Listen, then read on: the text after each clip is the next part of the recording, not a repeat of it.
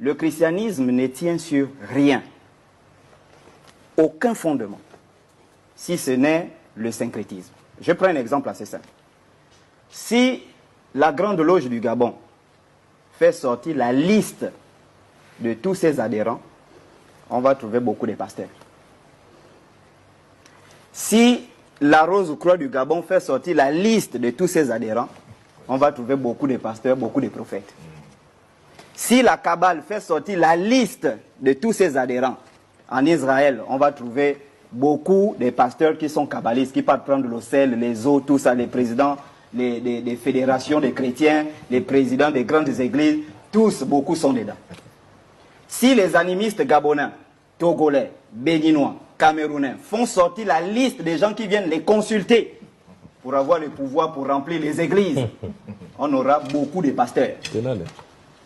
Ce qui montre que ce qu'on a aujourd'hui, christianisme, ça ne tient absolument sur rien. Mais l'animisme tient sur un noyau dur et des ceintures protectrices. Maintenant, pourquoi je dis que le christianisme ne tient sur rien? Petit retour historique pour balayer rapidement ce que le vieux a eu à dire. Et puis papa, vraiment, il faut déjà prendre la retraite. Hein?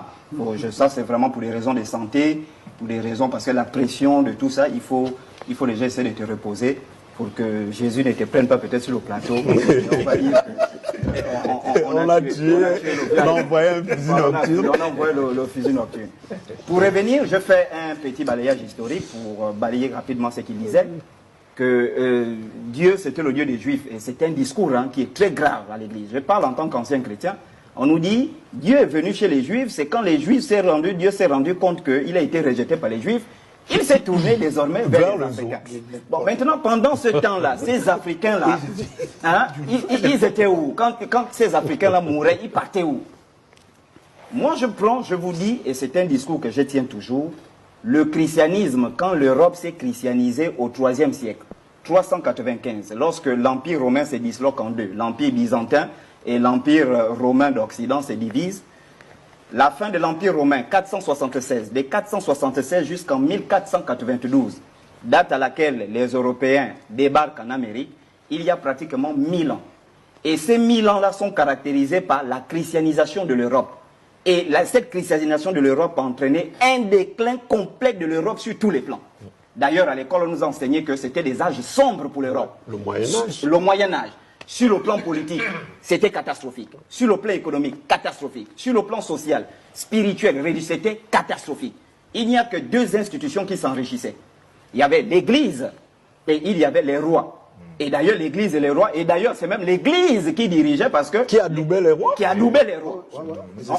On prend l'exemple, quand vous prenez par exemple Ferdinand II et Isabelle de Castille, on dit les rois catholiques. Mais qui avait décidé qu'il s'appelle roi catholique, c'est le pape qui a décidé que vous appelez roi catholique.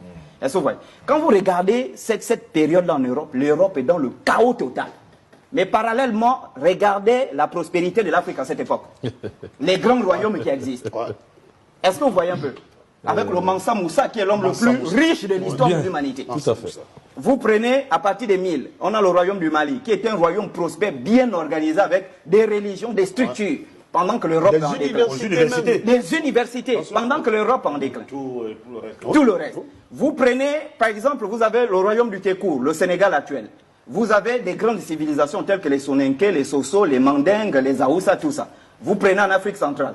On a un grand royaume, le royaume du Congo. Bien. On a le royaume du Monomotapa. D'ailleurs, le royaume du Congo était structuré. Parce que lorsque les Portugais décident de commencer les grands voyages maritimes, ils font les grands voyages maritimes, pourquoi? Parce qu'ils se rendent compte que l'Europe est complètement catastrophique. Et ils reçoivent des nouvelles qu'il existe d'autres mondes. Ils viennent, ils commencent à remonter les côtes de l'Afrique. D'ailleurs, nos côtes gabonaises en 1472, qui débarquent ici, qui sont dans le royaume du Congo, ils trouvent toute une organisation économique et religieuse.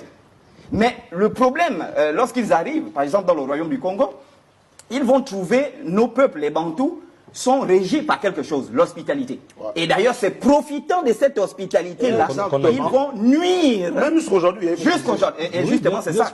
Parce que c'est profitant de l'hospitalité qu'ils vont convertir le roi des Bantous qu'on appelait Nzinga Mbemba, qui était roi de 1502, je pense en 1543. Ils vont le baptiser, lui et sa famille, convertir voler tous les secrets de sa spiritualité. Parce que lorsqu'on parle aujourd'hui à l'école, dans les universités, de révolution industrielle au XVIIIe siècle en Europe, mais cette révolution industrielle ne vient pas de nulle part. Pour un continent qui a fait 1000 ans dans la décadence, on ne se lève pas du jour au lendemain. C'est parce qu'ils ont volé des technologies ici. Ce sont ces technologies importées là-bas qui ont servi de lumière à ces pays-là.